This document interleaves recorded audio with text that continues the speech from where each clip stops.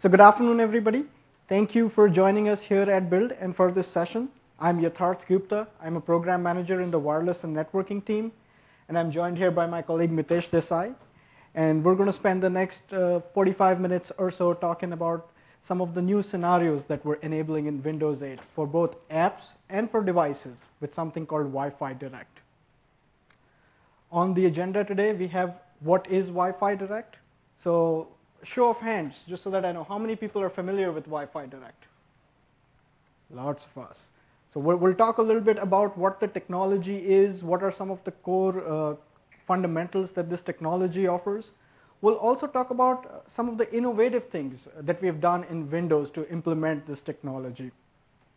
And then we'll move on to two experiences that are built in for users in Windows 8. So how can users take advantage of Wi-Fi Direct? Nobody wants to use Wi-Fi Direct as a technology, but what are some of the new things they can do because we have Wi-Fi Direct? And towards the end, we'll spend some time talking about how you can optimize devices. So Wi-Fi Direct is a standard, and how can you use that standard with Windows 8 to make better devices? So we'll go over what is our workflow, how do we find a device, how do we do things with a device, and hopefully that information will help you to think about the devices that we hope you're going to be building, and we can make those better. So with that, let's get started. Wi-Fi Direct, essentially a point-to-point connectivity technology that is high bandwidth and wireless. So think about that for a moment. You're sitting there at the airport, you have your, let's say, a music player, and you have your PC. You use USB today to sync music because there's lots of data. You can now do this with Wi-Fi Direct. The technology offers you this high bandwidth pipe that is, again, peer-to-peer and wireless.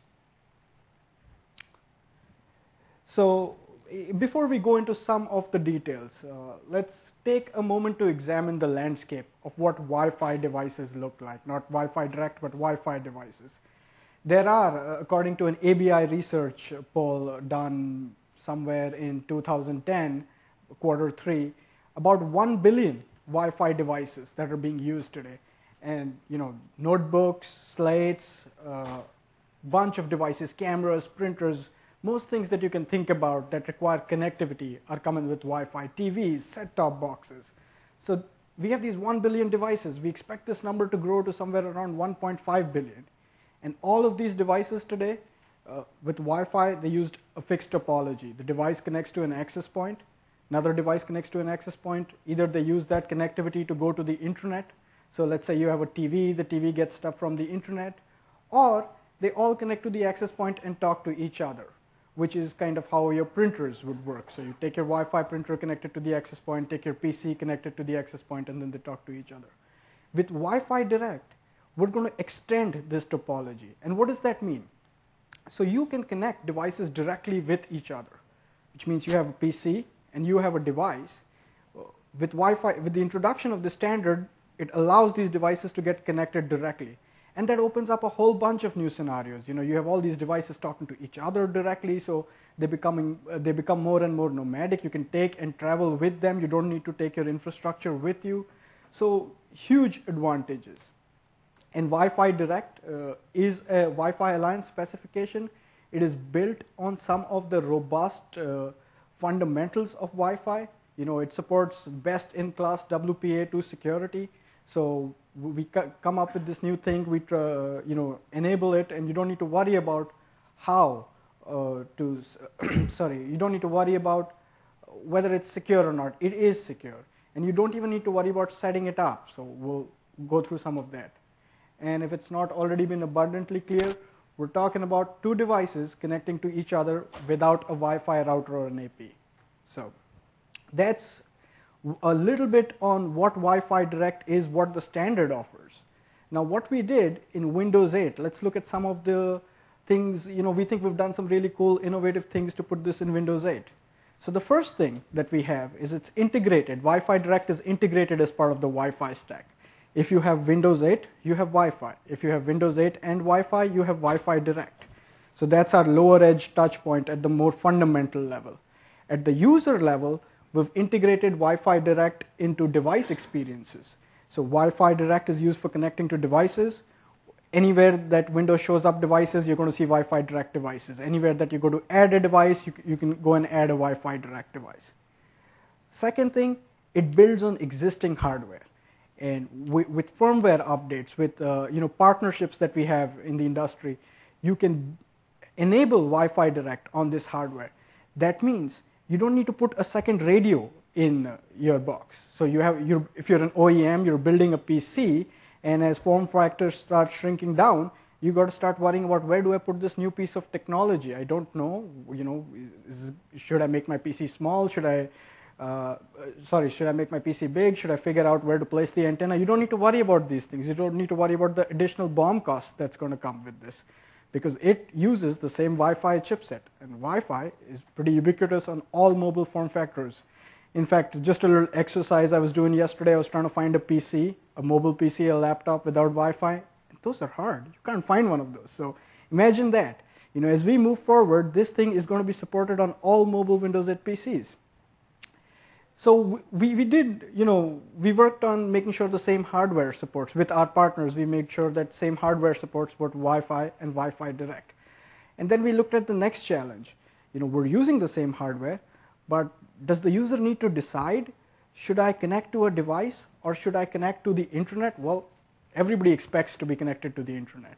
So we allow for concurrent connections, and we've done this by some of our investments that we've made in Windows 7. So we invested in something called virtualization, where the Wi-Fi chipset can be used for multiple things. So the key takeaway is, as a user, as people that we build the OS for, people that you guys build devices for or PCs for, they don't need to worry about this. They'll see a device, they'll be able to connect to it, and at the same time, they'll be able to have that internet connectivity that they use for all sorts of things. And finally, with anything new, it comes at a cost. We have these radios, we turn them on, we do all sorts of things with them, and the biggest cost here is power. We use the same chipset, so no new BOM cost, but it does consume power because now we're doing more things. So we've tried to make Wi-Fi Direct really power optimized.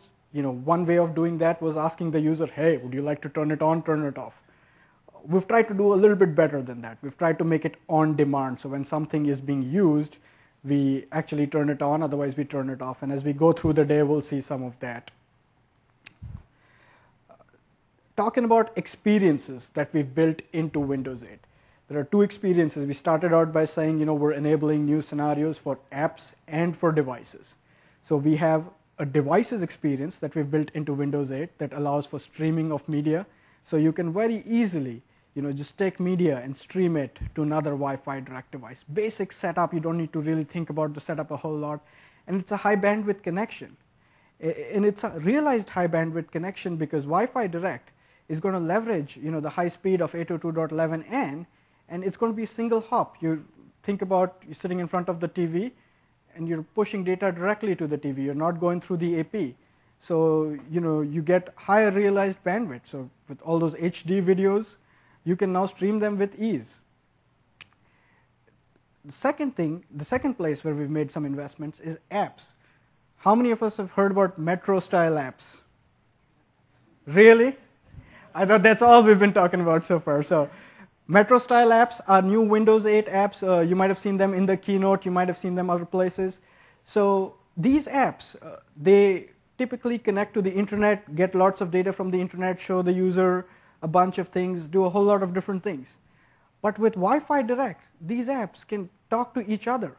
So again, you're sitting at the airport, and I'd like to, let's say, play chess with Mitesh. I'd like to play chess with Mitesh, and I can do that. Whether I have AP connectivity or not, we can directly talk to each other. It leverages something we call the proximity API, and we'll go a little bit into that. And no setup, so the app doesn't need to worry about this.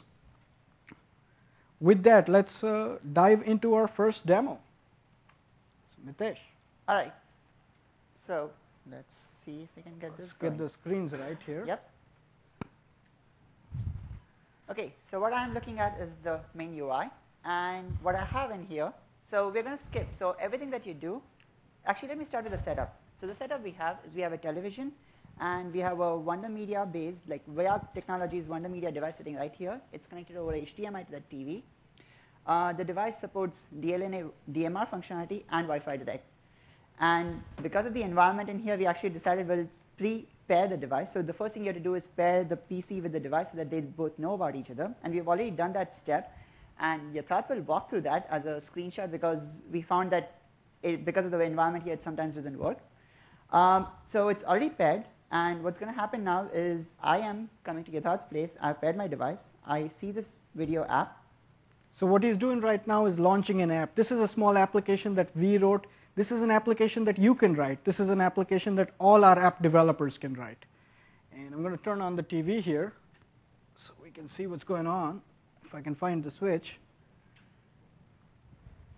OK, so what I have here is going back to the screen projection. I have my video here. I'm going to start the video. And that should have shown up over there. OK, there it is. All right. So I can play my video. It's showing up on my screen. Yeah. So that's his computer. He's playing the video on his screen. But now he'd like to share it with all of you, or all of us at the family, where we have this TV. So let's go ahead to the devices.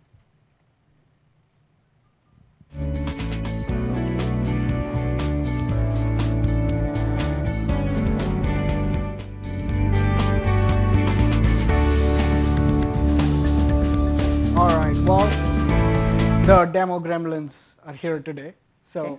What we should have seen, what we would have seen is, yeah. Yes. So what we would have seen, can we switch back to the slides? Yeah. What we would have seen is this application. You know, it's third-party written application. This particular one we wrote on our own. You can select the video, you can push the video, and it shows up on the TV. It's as simple as that. You don't need to go to Media Player. You don't need to do anything specific. All the application needs to do is participate in something called the Play 2 contract. And you know, we have a couple of sessions talking about that. So you can write these applications. Then there's another thing that we did. We looked at this and we said, well, people do have media, but people also get media from the internet. So if you're browsing an HTML5 website, let's say YouTube with the HTML5 turned on, you can push that media too directly over Wi-Fi Direct to this device. So what we showed, or what we were planning to show that didn't come out exactly right, was taking a PC and streaming media directly to this TV. Today we streamed media to this set-top box that we've worked with VIA Technologies on. It supports Wi-Fi Direct, it supports DLNA. And once you pair the box, all you need to do is push the media to the box. So let's look at how somebody would set this up. What we were showing here was how do you play the video. But how do you actually set this up? What are the different steps involved? And for that, we'd like to walk through this, because you go and click on Add a Device. You're going to see the device up there. The key thing here is it's the same place. You don't need to, if you're building these devices, you don't need to educate the user on how to add a Wi-Fi Direct device. It's just add a device. This is where you add your Bluetooth keyboard. This is where you add anything else.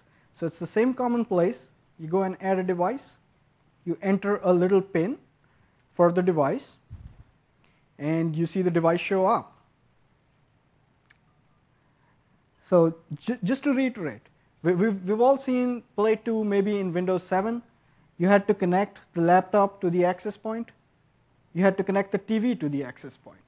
What we just showed is you don't need that connection anymore. You don't need that connection anymore. You don't need that device anymore. You can directly play to it. The other topology is still available, but this becomes super valuable, again, in scenarios where you're going to your friend's place. When you come over to my place, if you want to show me a video, do you get access to my access point, all my file shares and everything else behind it? Or can you simply just push the video? So and this is built into Windows 8. So if you're building these devices, you can start taking advantage of this now. Consistent pairing experience. So again, same place. I know I'm repeating myself here, but this is important. Same place, one place to go where you go and add a device. Anytime you have a device, it's the same instructions. Hey, go to the device place, click on add a device. Automatic detection and installation of devices. So devices typically consist of multiple logical devices. I see this one piece of plastic here. I'm going to show it. This was our device. So, but inside here, there is a Wi-Fi direct device, and then there is a Play 2 device. We've made some enhancements in Windows where you can put small tags on your device, so we can automatically pair all the devices. User sees one device, he pairs once. Choice of security methods. This is where we, if I go back a couple of slides here, let's see if I can do that. We showed entering a PIN. We allow the device to provide us with this option. The device, when we negotiate with device over Wi-Fi direct, the device can say, hey, I support a PIN, which is kind of valuable for this device because it's connected to an output screen.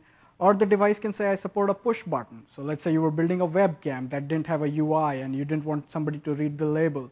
You could very easily go and say, I support a push button, and that's what we would have showed. We would have said something like, hey, go and push the button on your device. So again, we leave that choice up to the device. And let me get back there again. And easy. It was simple to play media. You didn't have, it feels so natural. You didn't have to go to media player. You didn't have to find your media. You're seeing your media in an application. That application could be an application that Microsoft wrote. That application could be an application that you wrote or somebody else. If you see media, you can play this device. You can play to this device. So you can get to the device from anywhere as long as the device supports DLNA and Wi-Fi direct. So there was Wi-Fi direct with devices. You know, this is our built-in experiences. We also have some APIs available, so if you're building different devices, you can leverage them. I'm not going to go into a whole lot of details on those APIs. But this experience, the media streaming experience, we think is core in the next couple of years. You know, people have a lot of media, people want to share a lot of stuff, and they can do this on the big screen. Next, we're going to try, this time I'm going to say we're going to try to show something with apps. So we showed devices, but how can applications take advantage of this technology? And what we're going to show is we have two PCs here. Has anybody attended one of the proximity talks? Couple of us. So one of the things that was introduced in Windows 8 is the ability for Windows 8 to utilize a proximity sensor. So you can bring two things very close to each other and we have a conversation. So what we have here is two PCs with the proximity sensor. Can we hand that? Yeah. So, and we're going to show how you can write an application or how an application uses the proximity sensor to establish a Wi-Fi direct connection between them. And let's switch to our machines. Okay. Switch that too. Yes, I think it's already in project mode. Okay. So I'm Jenny. And I'm Stacy, because I'm cool like that. Stacy is on your left. Stacy's on your left and Jenny's on your right. So what we're going to do, we're both music fans. We're going to produce some music together. So I am going to open my application. I am going to go ahead and add some drums, because that's what I'm good at. Let's get some volume. Maybe, maybe not. All right, you guys should be hearing something. All right, we're going to try to make it work from here.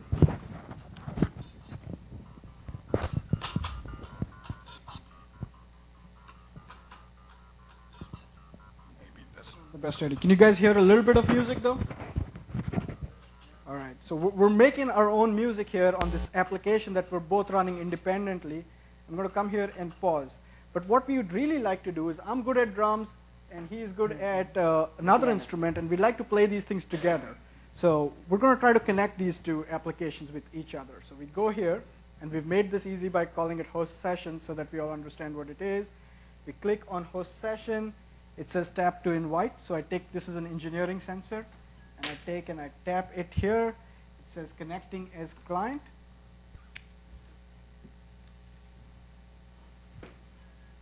So what's going on right now is the two machines are basically doing the Wi-Fi direct negotiation. They're going to try to set up the Wi-Fi direct connection over here.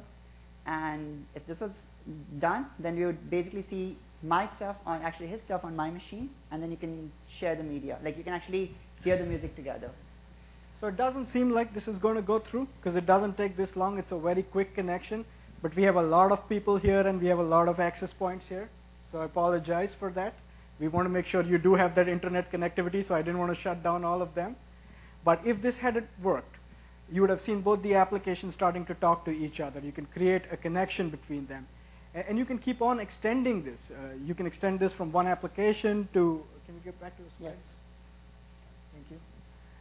We have this one application. You can make your own application. You can make games. You can make messenger-like clients if that's something that's very interesting. Again, very simple. Very simple for the app developer and very simple for the user. So it said tap. You tap with the other guy. You don't need to figure out what is Wi-Fi Direct, how do you find the other person, how do you run these messages. You tap and you're ready to go. So we set up the connection by simply tapping with it. The application, you saw the application, it's going to get connected to another instance of itself. So we had the same application running on both sides. They got connected. We have a video. Oh, we do have a video, so we could fall back. Let me go through this. And the connection is managed by Windows. So one thing that slipped my mind is we had anticipated that our demo might not work because of all the Wi-Fi interference here. So we have a little video to show you what it would look like.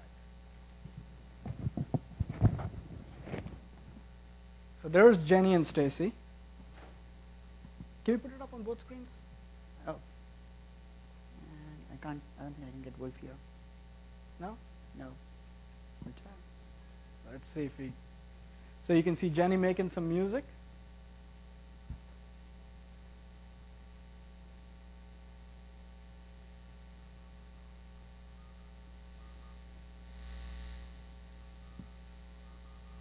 Let's skip ahead a little bit, so because we already showed part of this, so we're going to go ahead a little bit. Now you're going to see Stacy make some music on her application.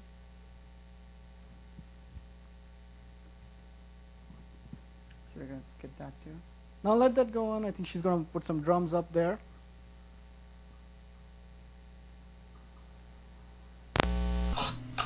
Hey, we have audio now. So you can hear the drums. And now we're going to show, this is what we were trying to show. You had the tap. And now we're going to put up a video over there of us tapping this. So you can see the little tap happening. There we go. This is connecting. And that's all it took. You did a tap, you were connected. Stacy's seeing Jenny on her screen. And now they're hearing both the music at the same time. So you'll see Jenny play there. And it's hard to figure out, but the music's actually being piped out of Stacy's. So that is, with Wi-Fi Direct, this is what we're opening up. We have these applications, we have this app framework. This can start taking advantage of Wi-Fi Direct without even knowing what is Wi-Fi Direct. All the app had to do was consume the proximity APIs. So we have a proximity API set that we have a couple of sessions on. Once you consume the proximity API set with a few lines of code, the app needs to put up an icon that says tap or do something. You tap, and we establish a Wi-Fi Direct connection. Now, if you didn't care about Wi-Fi Direct, you don't even need to specify it. By default, Windows will pick the right mechanism. We support a couple of different transports. We support IP connectivity. But if you're so keen, you can say that, hey, we'd like to do this over Wi-Fi Direct. Again, one line of code. All you have to say is we'd like to create the connection over Wi-Fi Direct. And once everything is said and done, what you get back is a socket. It's the most fundamental networking concept. You take a socket and you can send and receive data from one side to the other. So really simple. With that, we're going to switch back gears. And I know I've been doing a lot of back and forth. So we spoke about devices. We spoke about applications. We're going to go a little bit more into detail about how devices work in Windows 8. What are some of the things we do? And we think that by going through some of these things, it's going to become easier or more apparent to our partners such as yourselves on how you can tweak your devices just a little bit more to make the experience that much better. So of course, Wi-Fi Direct is an industry standard. Your devices, if devices are going to work with Windows over Wi-Fi Direct, they need to implement the standard. We have a few extended attributes that we're going to talk about that help solve some of the problems that we've seen. So with that, 3 concepts.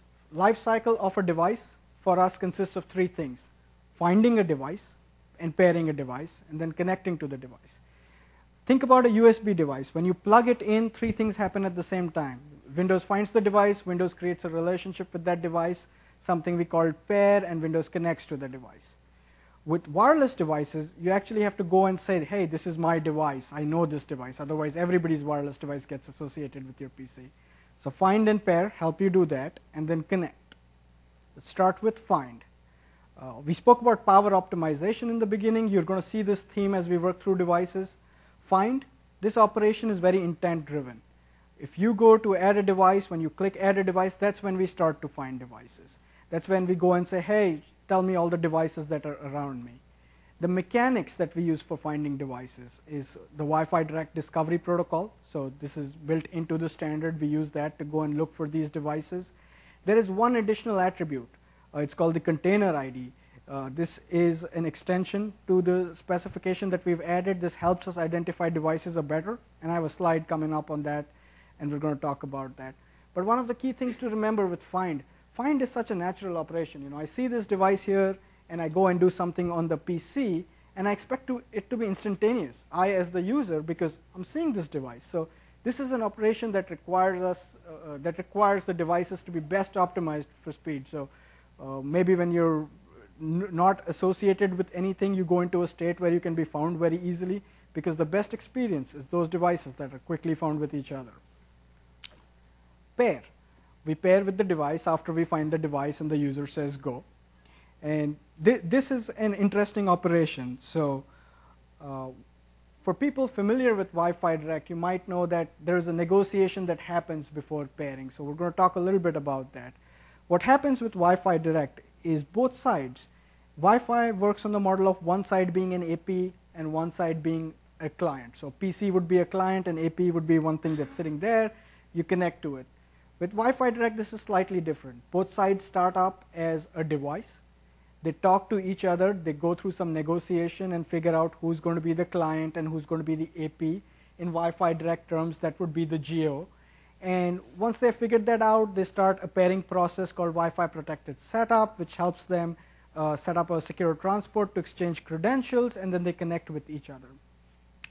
In Windows 8, of course, we don't ask the user to figure all this out for us, but what we do is we look at what existing connections we have, what outstanding devices we're connected to, what system resources we have, and based on those, we follow an algorithm to come up with, hey, is the PC going to be the group owner or the AP, or is the PC going to be the client?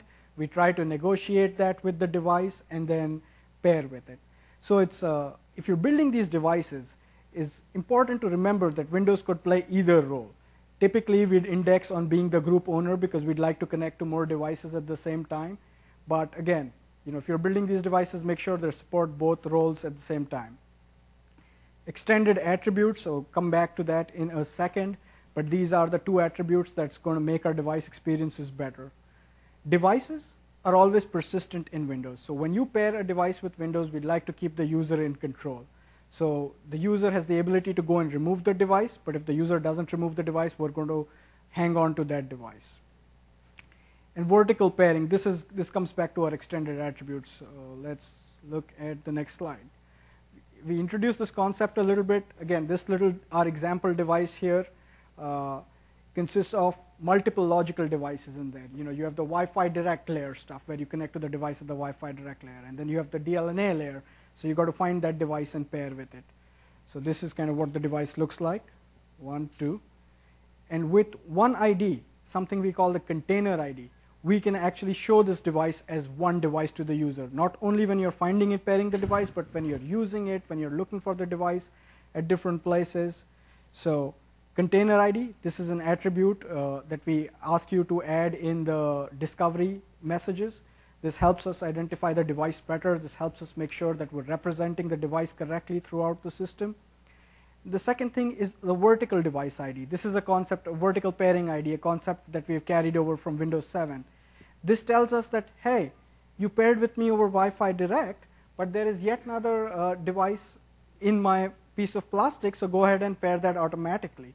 So what you would see if you pair this device is you'd see two devices come up and then collapsed as one. Because you see both those devices, again, we'll automatically pair them and we'll collapse them as one. Our final concept in our life cycle for device. So we did find a device, we did pair a device. Connect. This is very interesting. Connect is on demand. So when you go through the scenario of playing to a device, once we find and pair the device, we'll actually disconnect the device. Because we don't want to keep that connection up. We don't know what the user is going to do, whether he's going to take that laptop or that slate to his office. So keeping that connection up consumes resources, because if we keep the connection up, once we lose the device, we've got to keep on finding the device, and we don't know when that's going to happen. So we connect when the user is trying to use it. So when you go to a video and click the play to, that's when Windows will automatically connect. For applications, when you actually do the tap and the applications are up on the screen, that's when Windows would connect. So we don't keep these connections alive. And this is, again, an interesting concept, because this is very different from regular Wi-Fi devices. If I build a TV with Wi-Fi in here, and I expect the TV to be always connected to my home, because I'm not going to take the TV and move, and my router is going to be at home. So 99% of the time, I'd expect the device to be connected. With Wi-Fi Direct, we're talking about nomadic devices. So I connect it to my PC, which is going to move, or I connect it to my phone, both of which are going to move, maybe together, maybe not. So very important to note that we don't keep the connection up, we'll bring it up. And this helps save power, because if we don't keep the connection up, if we don't keep on continuously looking for the device, we can do very interesting things like put the device in really low power mode, so that we're saving, so that we're getting you that long battery life. This is how do we connect? So, we connect on demand, but what are the mechanics used for connections? Windows will always invite the device. So let's say you've paired with the device and you're trying to use this device. We will invite the device to connect back to us. Invite is a concept that is closely tied to the specification. Very technically, we do something called a re-invoke invite. Is that yes? Right. So that's what we do. You need to make sure that you implement that in your devices. They support that, because that's how we'll be reconnecting back to your devices. Some of the key things to remember is that multiple devices will be connecting to Windows. So as you build your device, as we've gone through this, the device needs to be aware that there are going to be other things connecting to Windows. This means Windows can have different IDs. So you need to make sure you look at the right messages and do the right thing. Dynamic address assignment. A lot of people that are working on upper edge devices, such as DLNA devices, again, like the TV, they expect it to be connected. They have the same IP addresses. With Windows 8, we disconnect and connect again. So you're going to get assigned a new IP address every time we connect. And that's another thing that I forgot to mention, is that when we do connect, we will bring up a DHCP server. So if your device supports IP, you get that functionality for free on the Windows side. Connect is not an explicit operation. We don't have a button that says go connect to this device, go disconnect from this device. As you guys start building these devices, we think that that's not a good concept, because user sees a device, then he connects to a device, then he plays to a device. It's one too many operations. So we think it should be more natural. In our built-in experience, we've made connect a part of the flow. So when we would click the little play button, we would connect under the covers. Windows would detect, hey, this is a Wi-Fi Direct device. It needs a connection, and let's go ahead and connect to it. So those, again, 3 operations: find, pair, and connect. And that's, just to go over what we discussed today. We spoke about apps talking to Wi-Fi Direct, how you can take 2 PCs and connect them over Wi-Fi Direct with a simple tap. We spoke about devices. There's a couple of things if you want to take away. If you're not familiar with Wi-Fi Direct, high bandwidth, wireless, point-to-point connectivity. So if you're looking to solve a problem that requires those 3, then Wi-Fi Direct is a potential candidate that helps solve your problem. Concurrent connections, so you don't need to worry about it. And this is, again, in Windows 8. Concurrent connections are not mandated as part of any standard. In Windows 8, you can connect to the internet, and you can connect to your Wi-Fi devices that use the same hardware at the same time. No additional BOM cost. Don't need to worry about putting this radio in. Don't need to figure out, how you need to change your inventory, because if you build a Windows 8 PC that supports Wi-Fi, you get Wi-Fi Direct. 2 scenarios that we support in box: Play 2, that's our streaming scenario where you can stream media, and tap and share, which is you can tap to applications and you can create a connection between them. There's a couple of sessions. I know some of these sessions have already happened in the past, so we will have video recordings. But if you're interested in the NFC side of things, if you're interested in how you can build those cool apps that enable this, 269, 270, these are 2 sessions by Max Morris and Priya. They talk a lot about the hardware and how to build applications on this. If you're looking to build a Play 2 device, you got to put DLNA in there, you got to put Wi-Fi Direct in there, but there are some cool new things that we've done over there to make that process easy. And my friend Edwin, Heridia, and Zain Salim, I think, have already spoken about that. So with that, we have some resources. As you get the slides, you'll have links to that. So we have a vertical pairing white paper that shows you how to make devices better. We have a guide on Play 2 and media sharing for applications. We will have soon, I think in the next 4 or 5 days, our APIs go up on MSDN, so you'll be able to see what Wi-Fi Direct application programming interfaces we have in Win32, a couple of other things. If you do need to reach us, I know some of you know me, so please feel free to email me. But this is a great alias. A bunch of us are on there, and we'll make sure that we respond to your questions in time appropriately. And we have some forums where you can participate in. Can we turn the lights on? No? All right, maybe not. So questions. I'll be happy to take questions. I'll try to answer them to the extent possible. Sir, go ahead. Yeah, how does Wi-Fi display So I don't want to comment on anything that's for a later release because that's not what we do. But I look at Wi-Fi display as a great application that builds on top of Wi-Fi Direct. The fundamentals of Wi-Fi display are you have this PC and you have this TV potentially that supports this technology, and you can take advantage of, again, the high bandwidth peer-to-peer connectivity.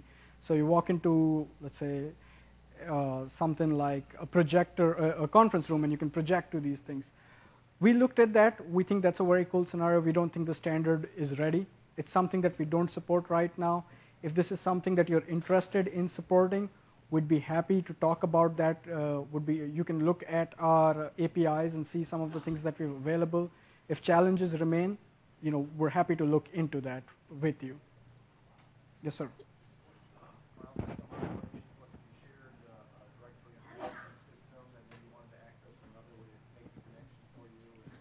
So that's a very good question. And I was trying very hard throughout my talk to not label Wi-Fi Direct as a networking technology, but as, sorry, apologize for that. So the question was, when you have a Wi-Fi Direct connection between two devices, two PCs, could you take advantage of networking things such as SMB for file sharing? So when we set up a connection between two PCs, we firewall it so that only the application that sets up the connection can use it. So by default, if I set up a connection, I won't be able to see shares and things. Now, the question I would ask myself is, what do I really want to do? Do I want to transfer a file from one side to the other? Because there are different APIs that are available to make that experience happen. But if you're trying to do SMB natively, then that's something that would be firewalled out. Of course, you can go and turn those things on and off, but not something that I see the user doing. Sir? what happens in ad hoc mode? So the question is, what happens to the ad hoc mode in Windows 8? Ad hoc mode was an older technology that allowed peer-to-peer mesh-style connections. We're looking at removing that technology. We're still having some of those conversations. But if you use that technology, do come and talk to me. We'd like you to migrate to Wi-Fi Direct for all your point-to-point needs. But it's not something that we're investing in right now. In fact, we're looking at potentially pulling it out. Sir? I may be out of date in this information, but wasn't Bluetooth supposed to implement over Wi-Fi in the next generation? Is there any intention to adhere to that standard when it comes out? So the question is, was there an intention to implement Bluetooth over Wi-Fi from both Microsoft and I guess the industry? And is there any intention for us to go ahead and do that? There was a couple of different things that were going on, I believe, and I'm not a Bluetooth expert. I don't claim to be one, but I believe there was something called 802.11 AMP and something called CLPP, which allowed Bluetooth and Wi-Fi to work hand in hand. We don't have any current plans. I wouldn't want to speculate on what we do or do not do in the future, but we do monitor both the Bluetooth SIG and the Wi-Fi Alliance closely. So when things come out, we might make a decision at that point, but right now we don't have any plans. Sir?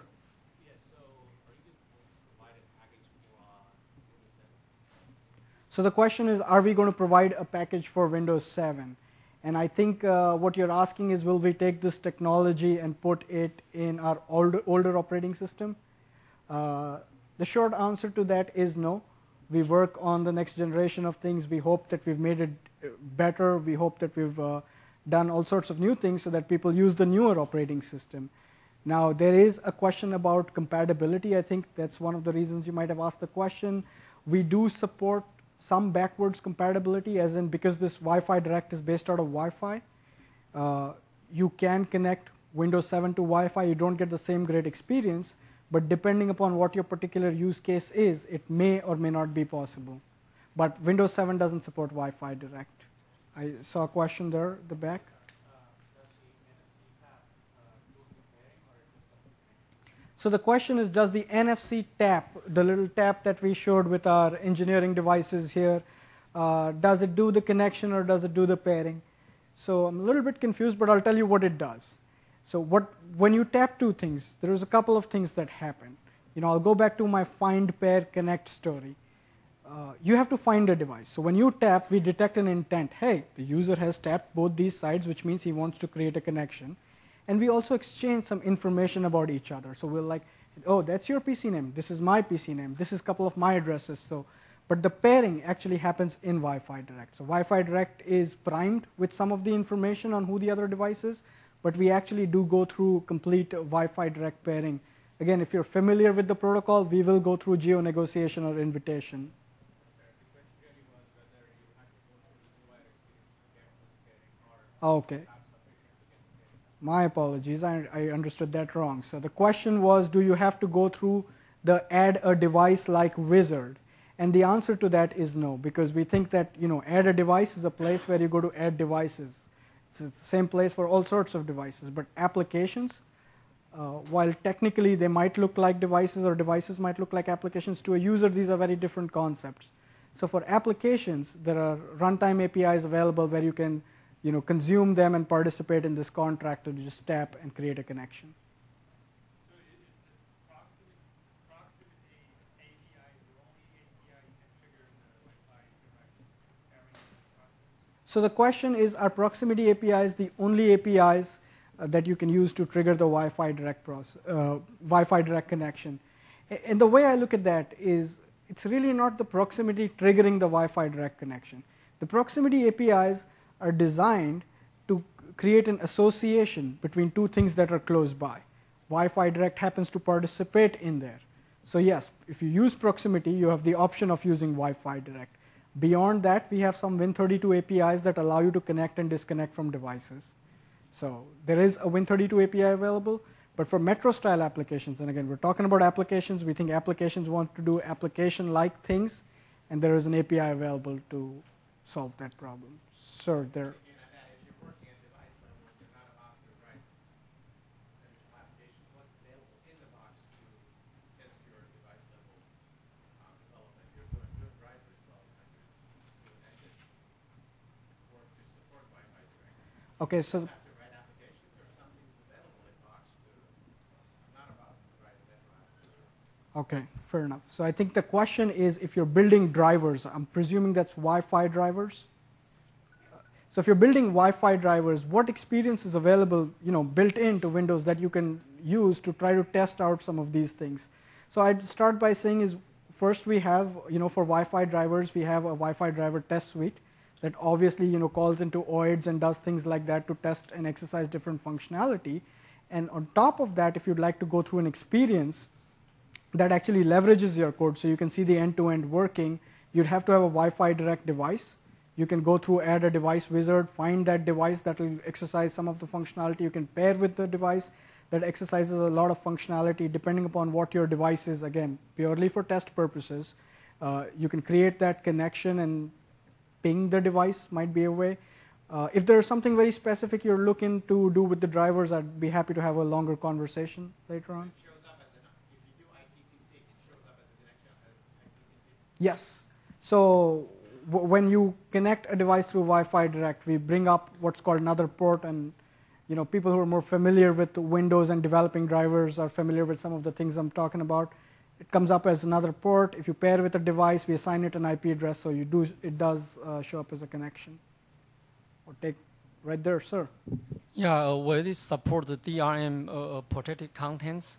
So the question is DRM content supported? That is a question that I would point to the Play 2 team. I'm not an expert at that, so I'd point to them to help answer that question. Sir. Can you support concurrent multiple Wi-Fi direct connections? Yes, we do support concurrent multiple Wi-Fi direct connections. There is a limit to how many devices. I think we have some numbers that are a good set of devices, but we do support concurrent multiple Wi-Fi devices. Sir.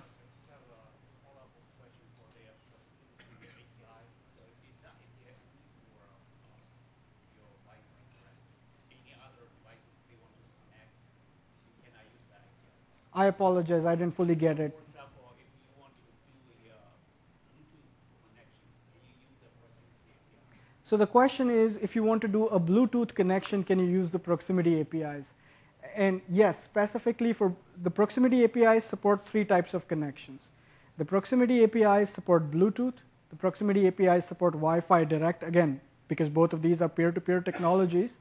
And the proximity APIs also support finding the devices if they're already connected. So let's say I was at home and my wife's at home and we're trying to play this game with each other, you could use the proximity APIs to just find us over our existing connections. So all those 3 models are supported.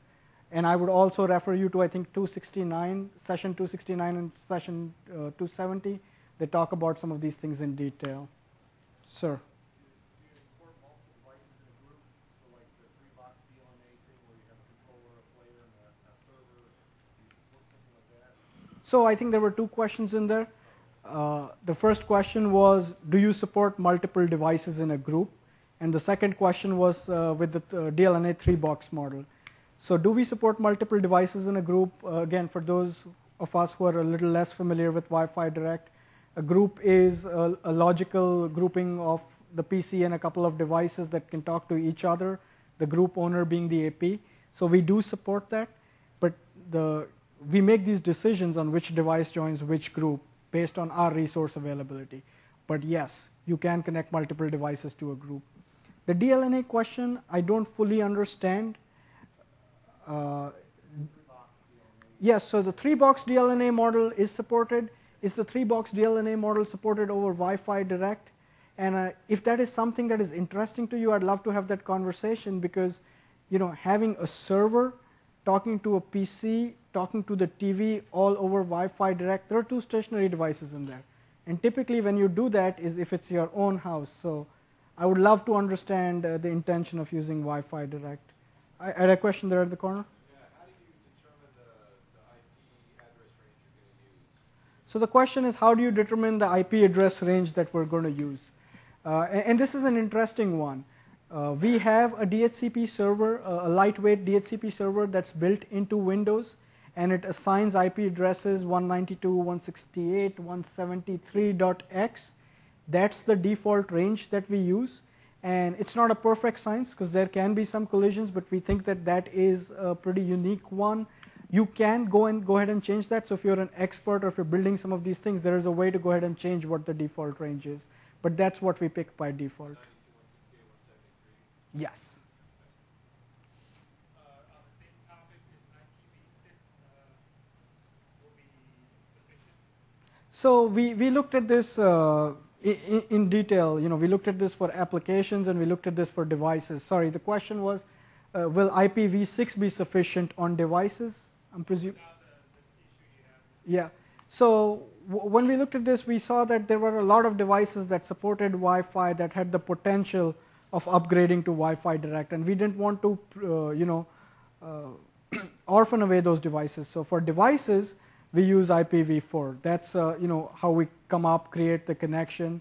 IPv6 could potentially work. We'd have to look at a couple of things because the PC does have an IPv6 address. Now when we're doing PC to PC, because we know both of them are going to be Windows 8, we do use IPv6 for the connectivity. But you are right. If we did use IPv6 and enforce that rule, that would solve the collision problem. Sir, the back.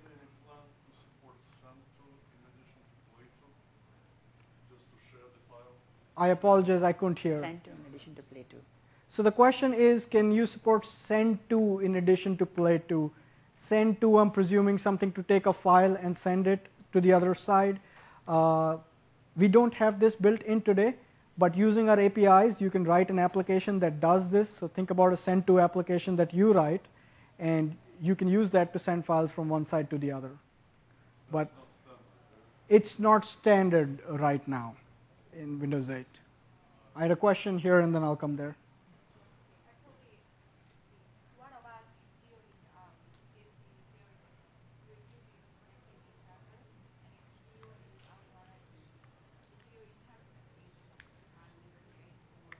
So the question is, what happens if 3 PCs are connected to each other and the geo leaves the group? And this, again, to understand this a little bit better, you'll have 3 PCs that are connected to each other. One of them assumes the role of a geo or an access point. And what happens when this goes away? We actually don't have this problem because for PC to PC, we support just one connection. So PC connecting to another PC. We do support multiple devices because that's where we can manage the connection much better. But with PC to PC, it's one PC talking to another. So think about a 2-player game, not a multiplayer game.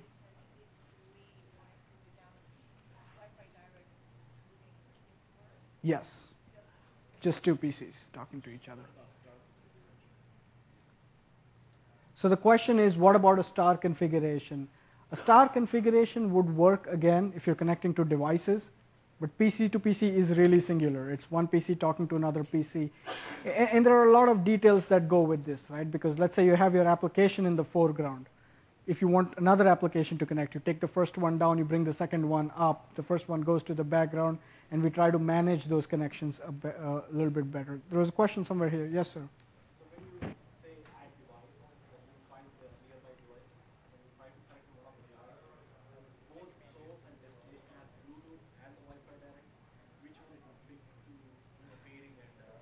So that is a very good question. So the question, the question is that what happens if you have a PC that supports Wi-Fi, which is pretty much all the PCs, and Bluetooth, which is a large set of PCs, and a device that supports Wi-Fi and Bluetooth. And you go on the PC, you go click add a device. How do you find the other device? What does it show up as? So today it's going to show up as 2 devices. We think that this is not common, but if you do have a device, I'd love to understand more about that device that supports both these technologies at the same time and goes into discovery mode. One of the places where we do see this happening is a phone. A phone is a very good device that supports both Bluetooth and Wi-Fi direct, but it rarely goes into discovery mode for both of them at the same time. Windows 8 tablet doesn't appear, sorry, I interrupted you there, but Windows 8 tablet doesn't appear as a device. So you don't put a Windows, there is no button that says put me in discovery mode. Like I mentioned earlier, if you want to connect Windows 8 to other Windows 8 things, we use the app model because you're probably going to be writing an application. There's no point connecting these two together otherwise. And that's where we use the app model. The add a device is mostly for devices. Sorry. Is there any support for background tasks? For example, an image captured on a cell phone automatically is moved to the PC, so the connection's not explicitly launched by the app? So the question is there any support for background connectivity? So what that means is you don't actually launch, you don't actually say connect, or you don't do something, the app's in the background, and things automatically happen. So that is something that we decided against. So if you take a modern style application and if you put it in the background, we won't tear down the connection till the timeouts happen. But if a new resource is looking for that connection, we will give it to whatever. It's a last one in wins model. So that is not guaranteed. We don't expect these connections to live for very long. Again, If we went with that model, that has a lot of power implications. So that is not a guaranteed model, but if you have an application and that's the only application using this connection, you could make that happen. Yes, sir, here. So are existing boxes, Wi-Fi boxes today that support DLNA, are they going to be compatible with Windows 8 Wi-Fi Direct, or do those boxes need to be updated, upgraded in some way? So the question is, existing devices, existing set-top boxes, maybe TVs that support Wi-Fi and DLNA, can they work with Windows 8 and Wi-Fi Direct, or do they need to be upgraded? So I'll take that in two parts. Existing DLNA boxes with Wi-Fi, they can work with Windows 8 because Windows 8, in addition to supporting Wi-Fi Direct, also supports Wi-Fi. So those boxes do work with Windows 8. Now there are some new logo requirements for DLNA boxes, and I'm going to refer you to those sessions, and I have one of them up here. So 177, I believe, talks about those requirements. But if the boxes meet those requirements, they'll work over Wi-Fi. If you explicitly want to do Wi-Fi Direct, the boxes do need to be upgraded to support Wi-Fi Direct. It's typically a firmware upgrade, and it's left, it's left up to the manufacturer what he would like to do at that point. One more question. Are you going to support the Osmo technologies for the HID and audio for Wi-Fi Direct? The follow-up question, I think, is will we support Osmo technologies for HID and Wi-Fi Direct?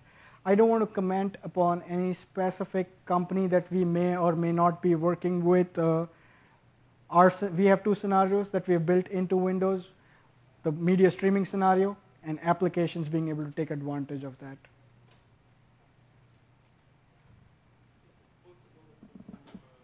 Kind of autoplay on connection of Wi-Fi Direct device, so I will able to run to initiate connection from one device, and this will cause application to run on the other device. So I will not have to touch the second device. I will control everything from the. So the question is, can we control the entire experience from a single device? You don't have to go and do something on side A and side B. Let me clarify that. Is that for PCs or is that more for devices that you're looking for? For devices, it's simpler because devices usually has a single. Yes. So But if it's PC to PC or let's say PC to TV, which will be PC very soon, just okay. extreme PC. So I'm going to again answer that in two different parts. So with devices, let's see what happens with devices. Devices can behave in several different ways because this is a diverse set of things that we have.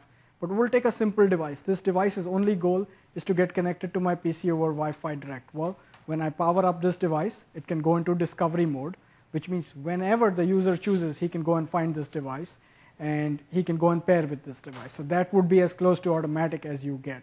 Now you might have a different device that doesn't go into discovery mode for different reasons. So that's left up to the device. The device can help control this. On the PC side, we're pretty much talking, when we talk PC to PC, these are, I really want to call it application to application. With a proximity framework, and we didn't show this, but if you have the application running on one side and it says, the application has a little UI that says, okay, let's go into multiplayer mode, and you tap the other side, we will automatically bring up the application on the other side if it's not running. So you can control a lot of the experience. Like you don't have to go into this mode of Wi-Fi Direct. You have the application running. I have my little DJ game running on one side, and I can go ahead and tap with the other side, and the application automatically comes up. That's how applications work. For our application model, tap is the starting point on how you create a connection. Any more questions? All right. Sorry. The Play 2? So the Play 2 concept, so the question is the Play 2 concept like a media player? We had Windows Media Player, and that was an application that was specifically designed to play media. It also supported Play 2. The Play 2 that we showed today is the same DLNA Play 2 concept, except that we have extended it from just one application that we built to any application that anybody is building on Windows. So if you're building that application, you can consume what's called a Play To contract, and you will have that Play To button show up. I have one more question here. How are we doing with time? We're good? Fine.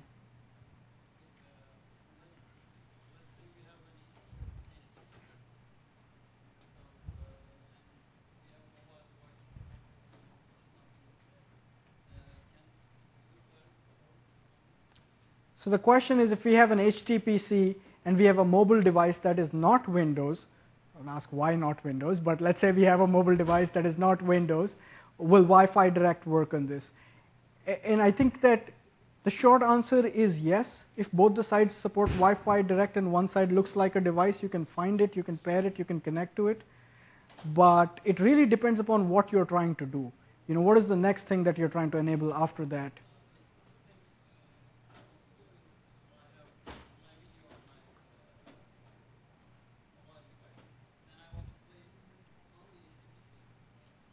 So the question is, if we have video on the mobile device and you want to play it to the HTPC. So there are some challenges with that, because if you looked at our pairing model, it starts from the PC.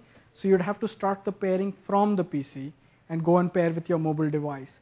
And we typically don't consume the content. We push the content to the remote device. So there is no, go into a mode of where the PC becomes the TV, I think, which is what you're looking at. But we can talk a little bit more about that in detail. Anybody else? The back.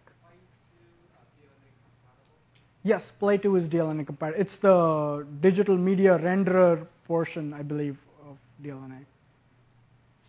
Out of time?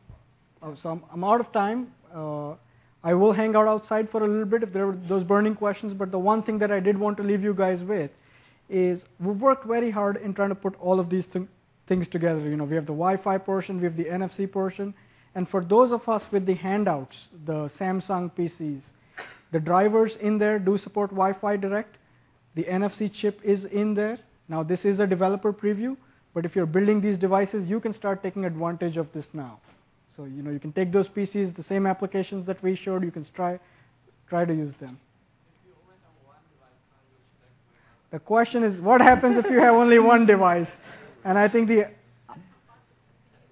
yes, you could use the set-top boxes, or you could make a friend. There are so many of us here.